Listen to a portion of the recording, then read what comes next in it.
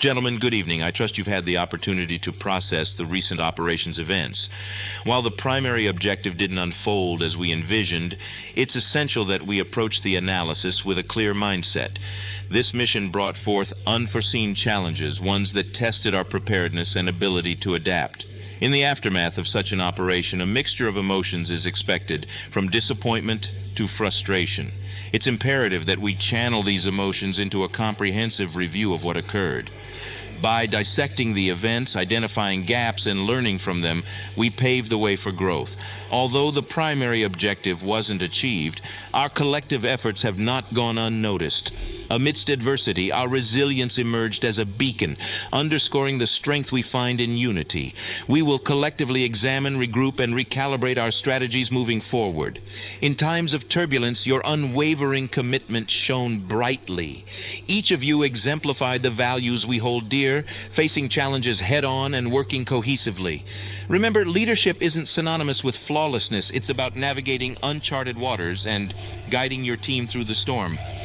Our secondary objective stands as a testament to our capabilities. The precision strikes on enemy airfields yielded concrete results, demonstrating our proficiency in challenging circumstances. This accomplishment underscores the unwavering spirit that defines us. No journey is devoid of missteps. It's how we glean lessons from these missteps that charts our course ahead. Now, let's delve into the detailed accounts of the operation. Hammer Flight, consisting of a 4-ship formation, initiated their mission from Incirlik at 6:21.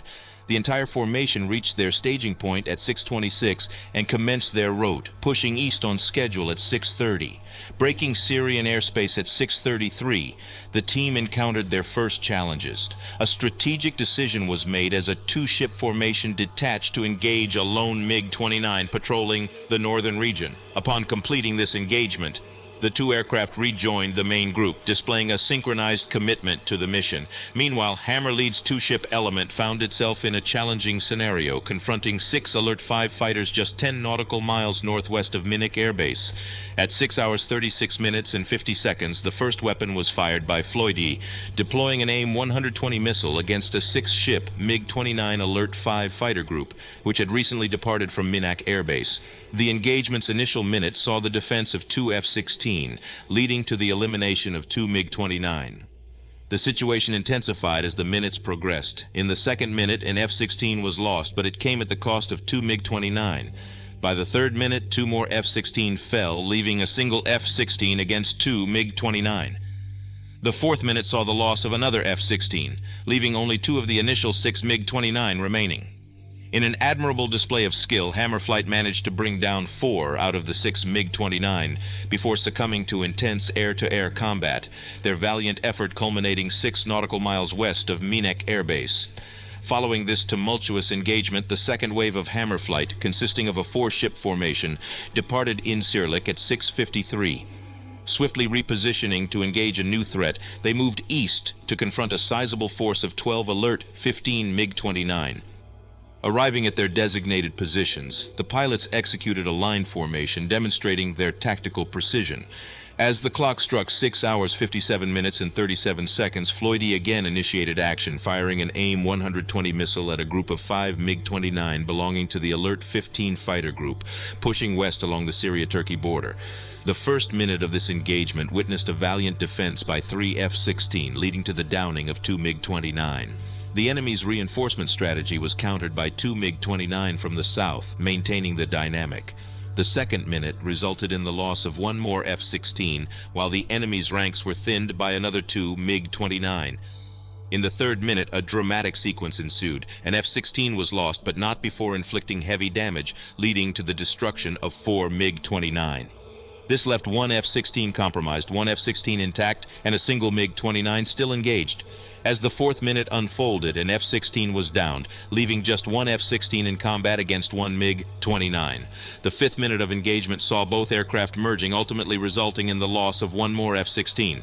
Impressively, Wave 2 of Hammer Flight managed to eliminate 6 out of the 12 MiG-29, the encounter concluding in intense air-to-air combat 30 nautical miles east of Incirlik.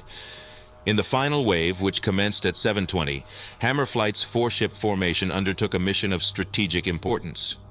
Their objective was to move east break Syrian airspace at 7:28, and execute a strike on Minik airbase at 7:33, targeting the virus-affected SA-11 site.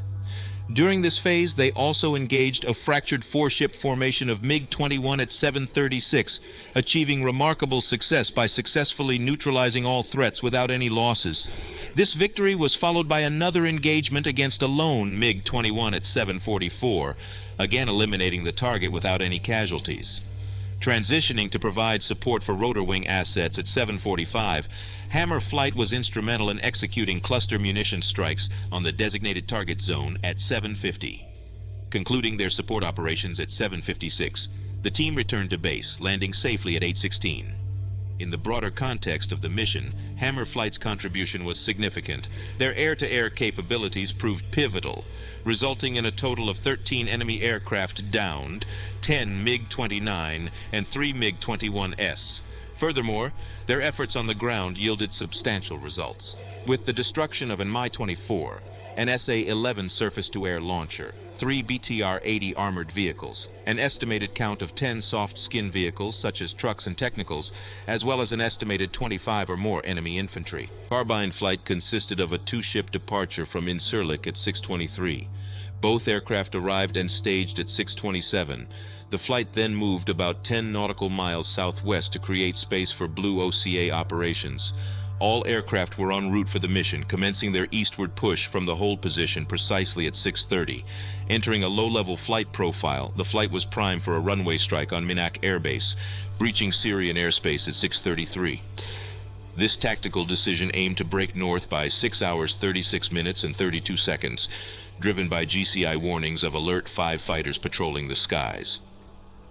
This maneuver occurred just before reaching the designated target runway. To avoid engagement in air-to-air combat, the flight swiftly exited the area, veering westwards. By 6:45, the flight transitioned to a holding pattern within Turkish airspace.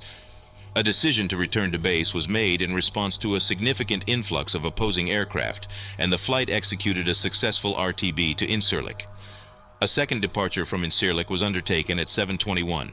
During this phase, Carbine 1 was assigned the critical task of providing direct support to the rotor wing assets.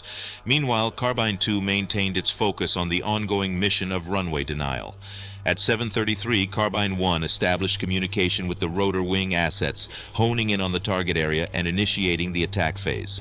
Unfortunately, at 7 hours 35 minutes and 5 seconds, Carbine 1 fell victim to an SA-19-2 S-6 anti-aircraft system in the final stages of its run-in toward the target area. Nevertheless, Carbine 2 successfully executed the first runway denial strike at 7 hours 35 minutes and 32 seconds. Just 2 minutes later, at 7 hours 37 minutes and 35 seconds, Carbine 2 delivered the second runway denial strike with precision before transitioning into an air-to-air role. In a valiant engagement, Carbine 2 effectively engaged a two-ship formation of MiG-21 aircraft, achieving the successful downing of one out of the 2 enemy aircraft. The intensity of the engagement led to telemetry loss during maneuvering. Subsequently, the flight commenced the RTB procedure. Carbine Flight's mission culminated in the completion of its assigned tasks. However, the flight suffered the loss of one F-15E aircraft during the course of the operation. The recorded air kills stand at 1 MiG-21 aircraft, and the mission resulted in the destruction of 2 runways on the ground.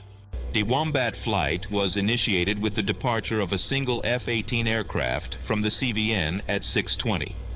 However, a major technical fault within the carrier group resulted in substantial delays for the launch of other F-18 aircraft. As a consequence, the planned F-14 mission could not be effectively executed due to ongoing technical issues within the CVN. Despite these challenges, another F-18 aircraft arrived and was staged at 6:30. Embarking on an OCA, offensive counter-air mission, the aircraft set its course southward, breaking Syrian airspace at 6:32. The first offensive move occurred at 6 hours 32 minutes and 33 seconds when Sneaky launched an AIM-120 missile at a single MiG-29 aircraft patrolling Syrian airspace approximately 20 nautical miles west of Idlib. The first target was successfully eliminated at 6 hours 36 minutes and 7 seconds as the AIM-120 missile struck a single MiG-29 located roughly 25 nautical miles north of Idlib. Throughout the course of the operation, Wombat Flight was engaged in over 5 separate air-to-air encounters. During these engagements, the flight skillfully managed to down a total of 14 MiG-29 aircraft over a span of 1.5 hours. Unfortunately, this success was coupled with the loss of 1 F-18 aircraft. It's important to note that the operational disruptions caused by the technical fault in the CVN led to the majority of these engagements being conducted as either 1 or 2 ship sorties. The mission undertaken by Wombat Flight culminated in its successful completion. However, the achievement was marred by the loss of 1 F-18 aircraft. On the positive side, the flight achieved a significant feat by recording a total of 14 MiG-29 aircraft destroyed in air-to-air combat. Demon Flight 2, AH-64 Apache helicopters, and Venom Flight 1 UH-60 Blackhawk departed from the Forward Arming and Refueling Point, FARP, at 6:23. Swiftly crossing the Syrian border undetected, they accomplished this covert maneuver by 6:30. As the clock struck 6:47, the rotary flight reached its first designated hold point, positioned 20 nautical miles upstream of the Euphrates. At this juncture, a communication exchange took place with call sign Torch to acquire an update on the status of fixed-wing support. Unfavorably, the prospects for fixed-wing support were denied at that moment due to the heavy presence of enemy aircraft dominating Syrian airspace. In light of this, a collective decision was reached among the members of the rotary wing to forge ahead with their mission of securing a VIP. The operations tempo escalated at 7 o'clock when the AH-64 helicopters identified 2 separate defensive positions along the riverbank. These positions were pre-briefed as Charlie and Bravo. Positioned 2 and 4 nautical miles from the target area respectively, the Demon Flight promptly engaged the enemy. Demon 2, 1 executed a successful attack on position Charlie with remarkable precision, accomplishing this feat in a single pass. The helicopter continued its advance towards the target zone, with Venom Flight following closely in its wake. However, Demon 2 encountered difficulties during its initial strike on position Bravo. The pilot decided to opt for a circling maneuver, intent on repositioning for a more effective attack. In the midst of this, as Demon 2 worked on its assault, Demon 1 initiated a frontal assault on the target area. Its actions led to the destruction of an SA-11 launcher, but as this assault unfolded, heavy anti-aircraft artillery fire ensued, paired with consecutive man-pad missiles targeting Demon 1. Observing the unfortunate demise of Demon 1, Venom Flight maintained a vigilant eye and transmitted crucial information to Demon 2. Despite efforts to weaken the enemy defenses for Venom's insertion through probing attacks, Demon 2 suffered damage from accurate small arms fire to its engine, rendering it combat ineffective. With both Demon and Venom Flight recognizing the urgency, support calls were dispatched to the fixed-wing assets. Members from Carbine and Hammer Flights earnestly engaged in the mission to obliterate defensive targets within the target zone. However, their valiant attempts could not prevent the difficulties encountered. Venom Flight's attempt to land at the target site was thwarted by fierce enemy fire, compelling the flight to withdraw from the area of operations, AO. In a similar vein, Demon 2 and 2, hindered by the departure of support assets, made the decision to return to base. Ultimately, their mission concluded with a sense of failure. The losses tallied up. 1 AH-64 and 1 UH-60 were sacrificed. The cumulative effect of the operation, however, left a notable impact, including the destruction of 2 T-55 main battle tanks, 3 man-pads, 1 SA-11 launcher, 4 technical vehicles, and an estimated count of over 20 infantry personnel. As we acknowledge our losses and commemorate those who have fallen, we redirect our focus to the future. On another note, I've come across a new moniker, Colonel Clusterfuck. While humor has its place, let's not lose sight of the gravity of our mission. In conclusion, while the path ahead may be formidable, it's our collective dedication that propels us forward. Take this moment to reflect, engage in introspection, and return with a readiness to embrace the wisdom gained. Until then, rest assured and prepare for the challenges ahead. Dismissed.